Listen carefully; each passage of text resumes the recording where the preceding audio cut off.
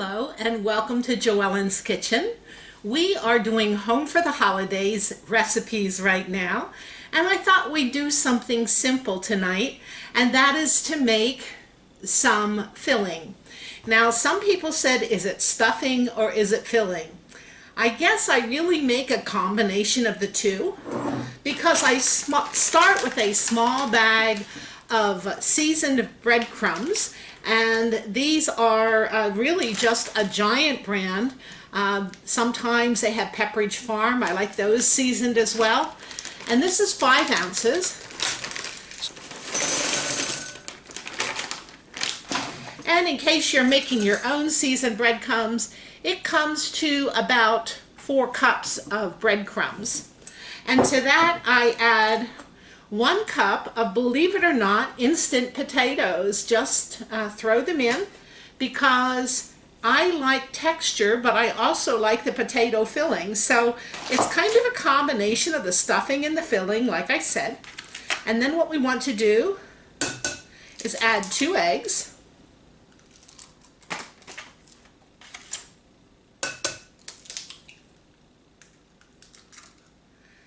And then the next part is just simply about 1/4 cup of celery, chopped celery. That celery always makes it taste really good. Anything with poultry, I think. Then I like to take 2 bouillon cubes and put them into a measuring cup. Break them up a little bit. Crumble them if you can. And we're going to add 2 cups of water to these bouillon cubes and stick them in the microwave for about 1.5 minutes. While our water is boiling in the microwave, we're going to spray the bottom of a pan with Pam. I like Pam, so that way when we take our filling out, it's not stuck fast. So with bouillon cubes, it's really like broth. I guess you could use a liquid broth as well, but I just use my bouillon cubes. They're handy all the time and they don't take up a lot of space in my cabinet. So I'm going to pour that in with my potatoes and my breadcrumbs and just gently tumble that and mix it all together.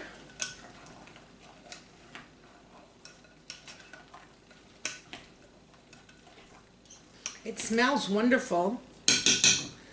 Here is our raw filling, basically, because the raw eggs are in it. And again, we're going to pour it into our pie plate that we have already greased. Now when this bakes, it kind of swells up and then draws back as it gets a little bit of a crust on it. So you could use this same recipe to stuff a turkey, but again, since I'm not quite ready for the holidays, but we want to show you how to do it for the holidays, we're just making up some stuffing ahead of time. I'm going to spread that around so it's fairly even. With 2 people, you don't need a lot more than that. And then I'm going to take some pats of butter and just gently arrange them on the top so that that nice butter gets down in there and gives it additional flavoring and also moisture, actually. So we'll have, that's plenty. And then we're going to take our 2 turkey thighs. I'm going to leave the skin on for now. I suppose you could take them off, but I think it keeps the moisture in the meat. And we laid those right on top of everything. And then we're going to take our Reynolds wrap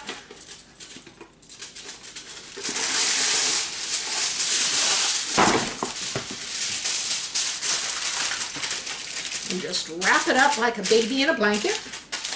And we're going to stick this in the oven, again, for a total of about an hour on 350 after we start out with the 400, just to kill off any bacteria that might be on poultry. That's always a good idea. If this is the first time you've joined me, this is my old-fashioned cook stove. Lots of fun. I love cooking on it. It's the only stove and oven that I have. There we go. Woo! That was going pretty long.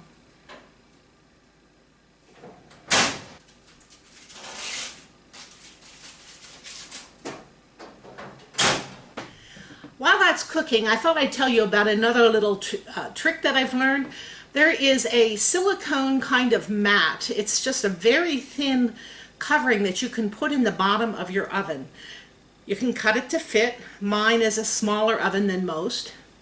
And by doing so, if anything cooks out over, I just pull out that flimsy little piece of silicone, throw it in my sink. It washes right off, and it's wonderful. I don't have to clean the whole oven. So, you know, I can show you a piece. I actually put one on my microwave plate as well. This is what it looks like. It was just gray. You pick it up, and I just cut it to the shape of my dish in my microwave. But I also have a piece of this on the bottom of my oven. It's a great, great trick. Thank you.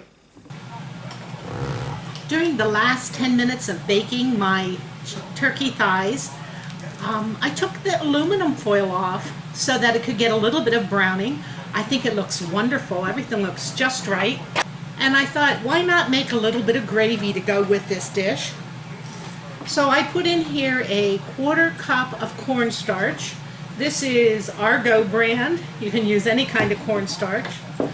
I'm going to add 2 bouillon cubes. These are chicken bouillon cubes. And I just like to crush them up so they're fine. That way the water can absorb. And since my turkey's done, I'm going to take a little bit of meat off of my piece and put it in for some taste.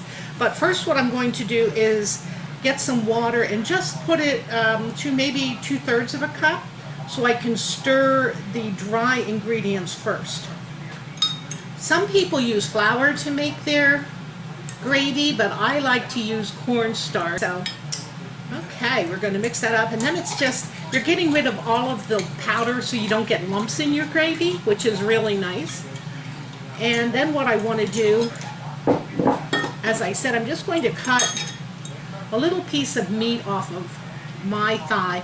And by the way, if you prefer to have a breast, go for it. Buy a breast and put it on top like this underneath the aluminum foil. It'll get wonderful. If you have giblets like hearts or gizzards, you can cut those up and put them in your gravy. Be creative. Do it to your taste. Don't be afraid to experiment. That's what recipes are all about, is making them all your own. There's always a little something different you can do to make it your very own recipe. Okay, between the bouillon cubes, which have the chicken flavor as well as some salt, between the bouillon cubes and these pieces of turkey, we'll get a real nice flavoring. And the cornstarch will thicken the gravy, but we're going to now fill it up to 2 cups of water. There we go, and then we're just going to stir it some more. And I'm going to try making it in my microwave. I set the microwave timer for 2 minutes, and we'll take it out and test it, see if it's thickening at all, and we'll stir it some more.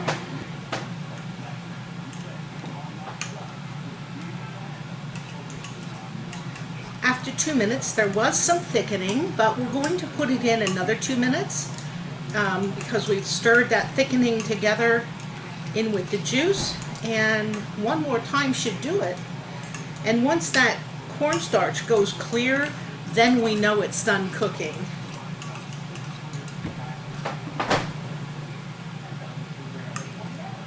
Oh yeah, we've got gravy.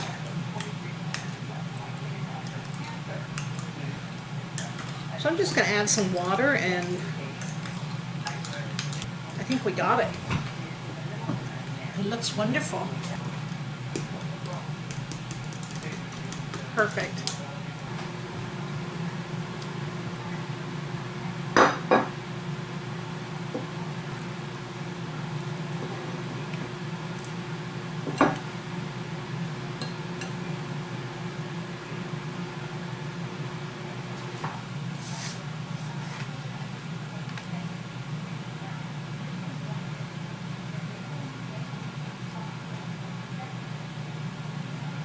Okay, we're just going to add some peas to our dish so we have a nice healthy meal.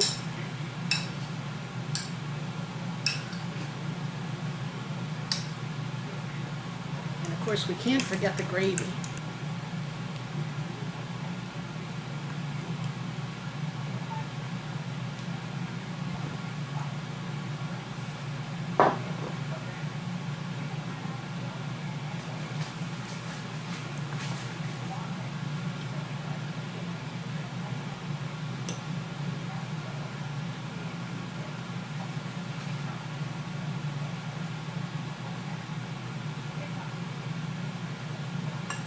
Delicious.